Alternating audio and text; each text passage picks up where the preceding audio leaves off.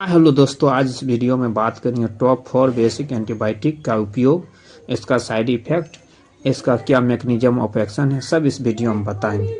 जैसे कि हम बात कर रहे हैं, आप देख रहे हैं, नंबर 1 की बात अगर करें तो एजिथ्रोमाइसिन आप अगर इनके यूज के बारे में अगर हम बात करें, इनका सर्दी में इसका प्रयोग लिया जाता है। अगर किसी को खांसी हो गया उसमें इसका प्रयोग लिया जाता है। किसी को गले में इन्फेक्शन हो गया, टॉन्सिलाइटिस हो, उसमें इसका प्रयोग लिया जाता है। किसी को सूजन हो गया उसमें इसका प्रयोग लिया जाता है। किसी को ब्रोंकाइटिस हो गया उसमें इसका प्रयोग लिया जाता है।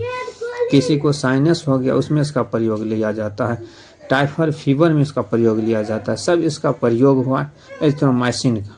अगर हम नंबर 2 के बारे में बात करें, जैसे हम देख रहे हैं स्किन पर डॉक्सीसाइक्लिन का अगर बात करें, या त्वचा के रोग में इसका प्रयोग लिया जाता है। अगर मुंह से किसी को हो गया उसमें इसका प्रयोग लिया जाता है। किसी को आँख में संक्रमण हो गया उसमें इसका प्रयोग लिया जाता है। किसी को मलेरिया फीवर है उसमें इसका प्रयोग लिया जाता है।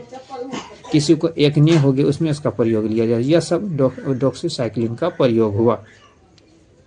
अगर हम नंबर 3 के बारे में बात करें, सिप्रोफ्लोक्सासिन के अगर बारे में बात करें, तो जैसे कि आप स्क्रीन पर देख रहे हैं, सिप्रोफ्लोक्सासिन का प्रयोग पेशाब की नली में यानी यूटीआई में किसी को इन्फेक्शन है उसमें इसका प्रयोग लिया जाता है। किसी को आंत में, इंटेस्टाइन में किसी को सूजन है उसमें इसका प्रयोग लिया जाता है, या इन्फेक्शन उसमें उसका प्रयोग लिया जाता है। टाइफाइड फीवर में इसका प्रयोग लिया जाता है।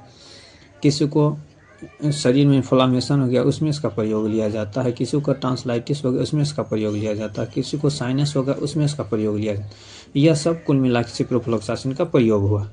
अगर हम बात करें नंबर 4 के बारे में, ओमोक्सासिलिन की अगर बात करें इसका क्या प्रयोग है, तो यह गले में किसी को खराश हो गया उसमें इसका प्रयोग लिया जाता है। किसी को कान में इन्फेक्शन है उसमें इसका प्रयोग लिया जाता है। किसी को दांत में इन्फेक्शन हो गया उसमें इसका प्रयोग लिया जाता है। किसी को यूटीआई में इन्फेक्शन उसमें इसका प्रयोग लिया जाता है। किसी को लंग्स में इन्फेक्शन है उसमें इसका प्रयोग लिया जाता है। यह सब इसका प्रयोग हुआ। अगर हम बात करें यह सब के साइड इफ़ेक्ट के बारे में, तो एजिथ्रोमाइसिन की अगर हम बात करें तो यह किसी को लेने के बाद आपको उल्टी हो सकते हैं, चक्कर आ सकते हैं, लाल चकत्ते हो सकते हैं। अगर डॉक्सीसाइक्लिन के बारे में बात करें साइड इफ़ेक्ट के बारे में, तो यह किसी को लेने के बाद गैस बन सकते हैं, अपच रह सकते हैं, पेट फुला से रह सकते हैं। अगर हम सिप्रोफ्लोक्सासिन के बारे में बात करें साइड इफ़ेक्ट के बारे में, तो यह लेने के बाद किसी को उल्टी हो सकती है, वोमिटिंग हो सकते हैं, चक्कर हो सकते हैं। अमोक्सासिलिन के बारे में बात करें तो किसी को गैस हो सकते हैं, कब्जियत हो सकते हैं। यह सब आपको अगर साइड इफ़ेक्ट दिखाई दे तो आप अपने नज़दीकी डॉक्टर से एक बार ज़रूर सलाह ले लें, तब आप यह कोई भी एंटीबायोटिक का प्रयोग करें।